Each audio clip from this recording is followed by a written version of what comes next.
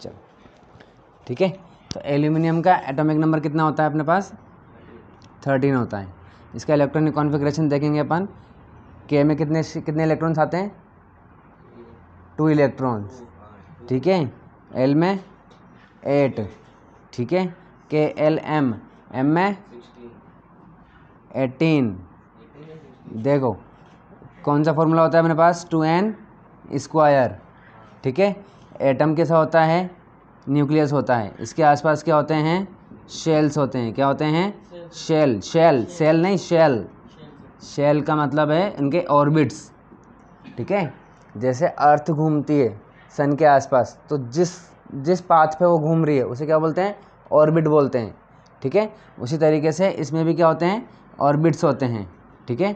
तो ये इलेक्ट्रॉन घूम रहे हैं, ठीक है। तो ये के शेल के है, ये एल शेल, एल के बाद एम, के एल एम के बाद एन, ठीक है। और पूरी 11 12 इन एन तक ही ख़त्म हो जाती है। वैसे इसके आसपास इसके बाद भी होते हैं, ठीक है ना। तो के एल एम एन, ठीक है।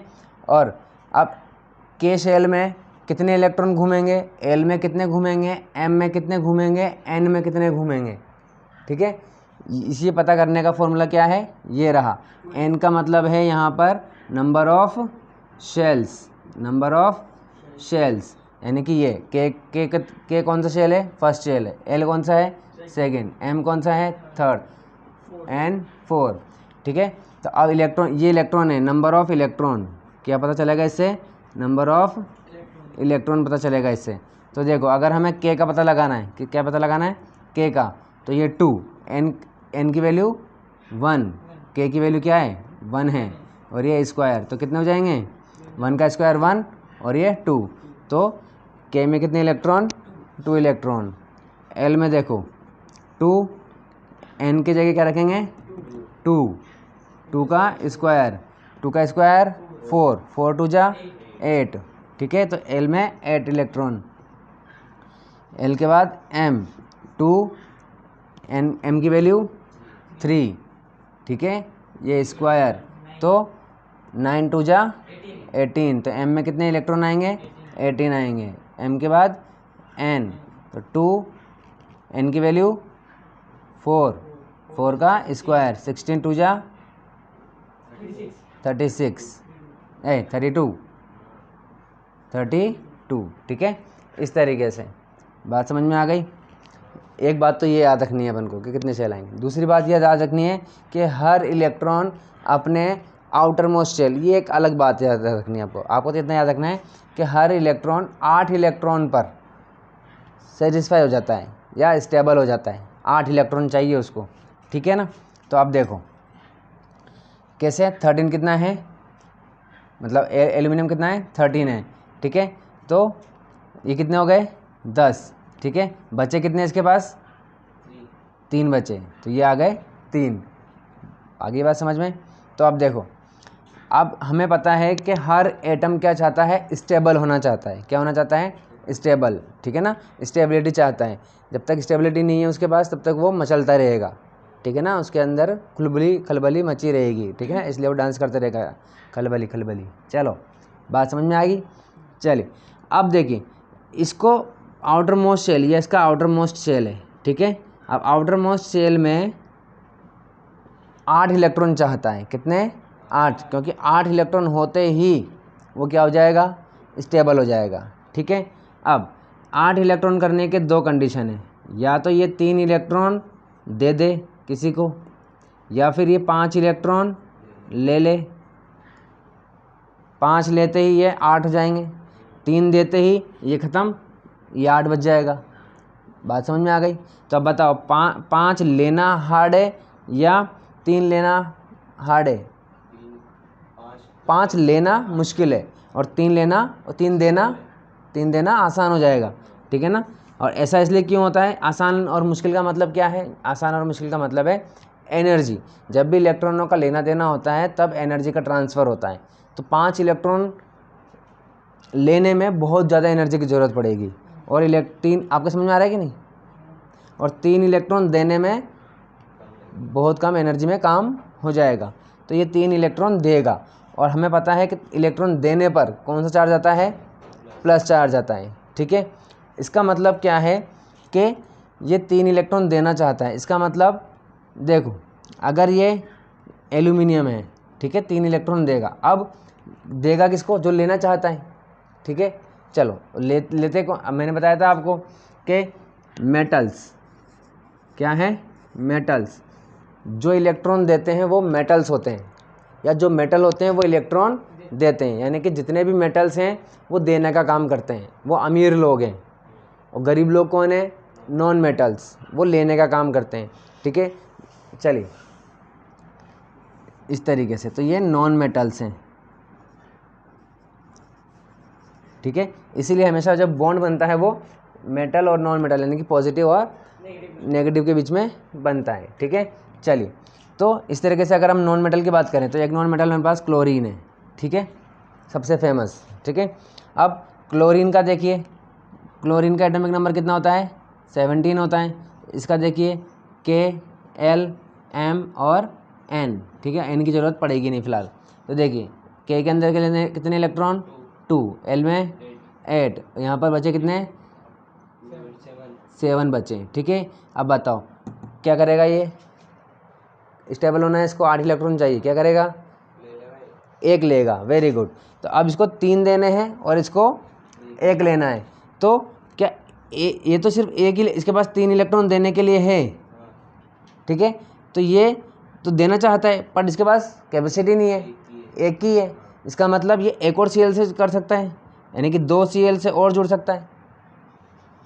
आई बात समझ में भाई, 3 Cl से जुड़ सकता है ना, ये नहीं जुड़ सकता, क्योंकि तीनों Cl को कितने चाहिए, 1-1 इलेक्ट्रॉन चाहिए। तो इसने तीनों को दे दिया भाई, ये लो, 1 इलेक्ट्रॉन तू ले ले, 1 इलेक्ट्रॉन तू ले ले, 1 इलेक्ट्रॉन तू ले ले। ये जरूरी थोड़ी ना है कि वो एक को ही दे सकते हैं, ये जरूरी थोड़ी ना है कि हम दान देने जा रहे हैं तो एक ही गरीब को देंगे।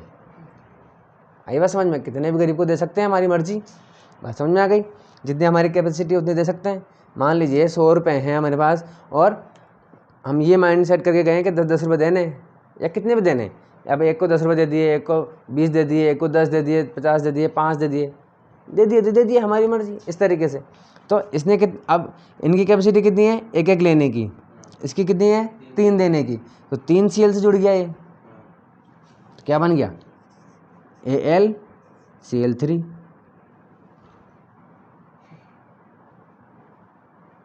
बात समझ में आ गई। एक अब इसी चीज़ को हम क्या बोलते हैं कि एल्यूमिनियम की, अब देखो 3 देने की है कैपेसिटी है इसकी, तो इसकी वैलेंसी कितनी हो गई, Al+3, ये इसकी वैलेंसी है। ये 3, इसने 3 इलेक्ट्रॉन दिए ना, 3 इलेक्ट्रॉन देते ही कितना आ गया इसके ऊपर, +3, और इन्होंने 1-1 ले लिए, है ना, Cl-1, Cl-1, Cl-1। ठीक है, इस तरीके से। तो Cl-1, Cl-1, Cl-1, इस तरीके से। तो 3 इलेक्ट्रॉनों को दे, तीन एटम्स यानी कि 3 क्लोरीन एटम को दे दिया इसने, देते ही 3 क्लोरीन से जुड़ गया ये। ठीक है, तो क्या बन गया, समझ में आ गई। यानी कि हम जो बोल, हाँ -2 जाएगा, -2 प्लस माइनस, क्या हो गया है, -1 जो है इसका चार्ज है, चार्ज का मतलब इसकी कैपेसिटी है। प्लस क्यों करोगे -1 का मतलब क्या है, -1 का मतलब है कि 1 इलेक्ट्रॉन लेना चाहता है। कितने लेना चाहता है, 1 इलेक्ट्रॉन लेना चाहता है। ठीक है, यहाँ पर मीनिंग निकालना पड़ेगा, है ना। तो -1 का मतलब क्या है, 1 इलेक्ट्रॉन लेना चाहता है, ये 3 इलेक्ट्रॉन देना चाहता है। बात समझ में आ गई। अब तो हम जो कहते हैं कि भाई एल्यूमिनियम पे कितना चार्ज है, कितना चार्ज है भाई, +3 चार्ज, अरे तेरी +3। ठीक है, इसका मतलब ये 3 इलेक्ट्रॉन देना चाहता है। तो अब लेने वाले के डिपेंड करता है ना। अब मान लो कि कोई ऐसा है जिस पे -3 चार्ज हो, जैसे कि नाइट्रोजन। नाइट्रोजन कैसा होता है, -3 होता है। चेक करो, देखो नाइट्रोजन पे कितना आ रहा है, कितना चार्ज होता है नाइट्रोजन पर, -3 होता है, ठीक है। और या हम ये भी दे सकते हैं सल्फेट ले लो, ठीक है ना। या फॉस्फेट देख लो, फॉस्फेट पे कितना है, इधर देखो पॉलीएटॉमिक आयन में देखो फॉस्फेट पे कितना आयन है, फॉस्फेट पे -3, ठीक है। PO4 और इस पर कितना चार्ज, -3, ठीक है। तो अब ये 3 लेना चाहता है और ये 3 देना चाहता है। अब यहाँ पर सिर्फ, अब यहाँ पर जैसे कि ये एक एक लेना चाहते थे तो 3 से जुड़ना पड़ा हमको, इसको 3 लोगों से जुड़ना पड़ा, लेकिन इसकी कैपेसिटी, अकेले की कैपेसिटी कितनी है, 3 लेने की है, तो हमें 3 अलग अलग लोगों को लेने की ज़रूरत नहीं है, ये डायरेक्ट सिर्फ Al से जुड़ जाएगा खाली, ठीक है। तो ये +3 और ये -3 कट गया, ठीक है। तो क्या बन गया, एल्यूमिनियम फॉस्फेट, क्या बन गया, बात समझ में आई, ठीक है। तो देखो यहाँ पर क्या हुआ, जब भी फॉर्मूला लिखा होता है वो 2 चीज़ें बताएगा आपको, क्या बताएगा, 2 चीज़ें, कि अगर ऐसा फॉर्मूला लिखा हुआ है, 2 चीज़ें कौन कौन सी, कि एल्यूमिनियम का चार्ज कितना है भाई, +3, या इसकी वैलेंसी बोले अपन, इसकी वैलेंसी कितनी है, +3, या चार्ज बोले तो +3। अब इस पे यहाँ कुछ भी नहीं है, यानी कि Cl पे कितना चार्ज, -1, क्योंकि पीछे लिखा हुआ है तो माइनस, आगे लिखा हुआ है तो प्लस, आगे लिखा हुआ है तो इसका चार्ज कितना, +3। क्लोरीन पे कितनी, -1, यहाँ देखो कुछ भी नहीं लिखा हुआ यानी कि 1, ठीक है, -1। पहली नॉलेज, पहली डीप नॉलेज पहले चल गया अपन को। सेकंड डीप नॉलेज देखो भाई, अगर यहाँ 3 लिखा हुआ है इसका मतलब ये 3 क्लोरीन से जुड़ा हुआ है, बात समझ में आ गई, क्योंकि इसकी कैपेसिटी 3 की थी और इसकी 1 की थी, तो इसने एक एक करके 3 ले लिए, बात समझ में आ गई। तो 2 नॉलेज पता चलेगी आपको एक फॉर्मूले से, कितनी नॉलेज पता चलेगी, 2 नॉलेज। फर्स्ट के इनके चार्ज कितने हैं, और दूसरी के ये कितने एटम से जुड़े हुए हैं, एक अकेला एल्यूमिनियम 3 क्लोरीन से जुड़ा हुआ है, समझ में आ गई बात, बोलो बोलो। इसको थोड़ा लिख दो, पॉइंट जो लिखे ना आपने, नोट कर लेंगे, याद रह जाएगा। तो ये भी नोट करोगे आप सारा, चलो नहीं कर लो, कोई प्रॉब्लम नहीं है।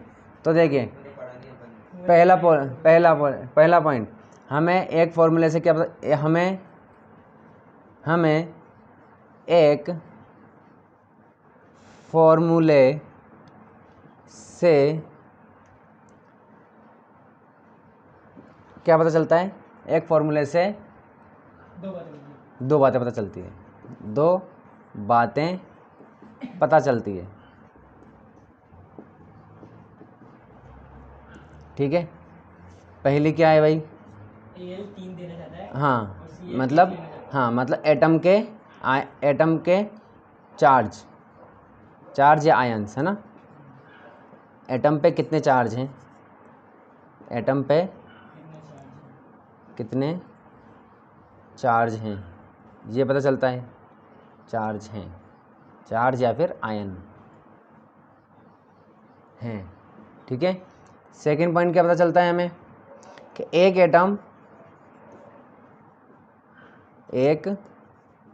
एटम कितने दूसरे एटमों से जुड़ा हुआ है, या कितने एटम से जुड़ा हुआ है,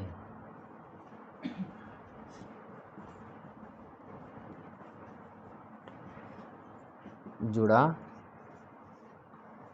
हुआ है, ये 2 बातें पता चलती है, ठीक है। चलिए